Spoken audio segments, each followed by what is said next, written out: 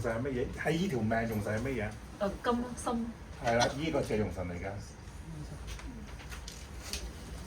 係啊，呢個字係用神啦。忌神係乜嘢？呢個八字日元旺啦、土啦、女人啦，跟住之後有冇桃花？冇桃花啦，跟住之後點啊？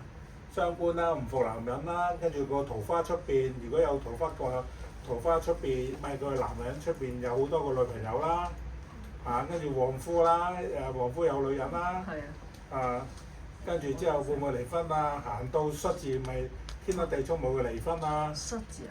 係啊，戌字咪離婚咯。啱先行到呢個運喎。而家行到甲戌未啊？行到甲字未定行到個戌字未啊？應該行到甲。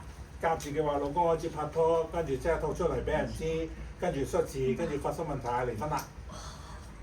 係戌字離婚嘅。我二生女嚟㗎。有離婚咯。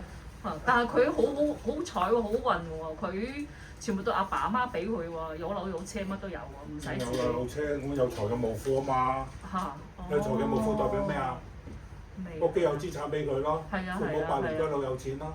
第二樣嘢有結咗婚嘅老公好 Q 孤寒咯，跟住之後要點樣會老公先俾佢？佢老公死咗嘅話先俾佢咯，要等個老公死咯，本身因為呢個八字都係父母宮，都算係用神啊嘛，有個辛金。但係細個已經行運喎，幾抵死。未，跟住之後身有戌啦已經，第一柱已經行個辛運，跟住有運。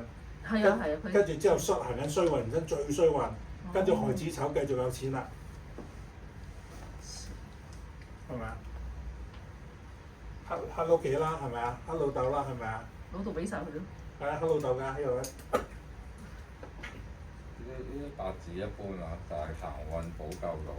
同埋又係符符碌碌有天月貴人咯，即係逢親記住咧，即係符符碌有天月貴人嘅啫。雖然唔係用神啊，呢個八字用金去蝕嘅下半身。但係呢個金幾衰啊，土厚埋金，係咪啊？所以天干可以用甲木嘅，幾抵死啊！我甲木疏咗佢，嗰個金咪有用咯。天干行甲木㗎，佢可以疏土㗎，佢地支唔可以行火土咋。佢地支行緊人生最衰㗎，佢天干行水金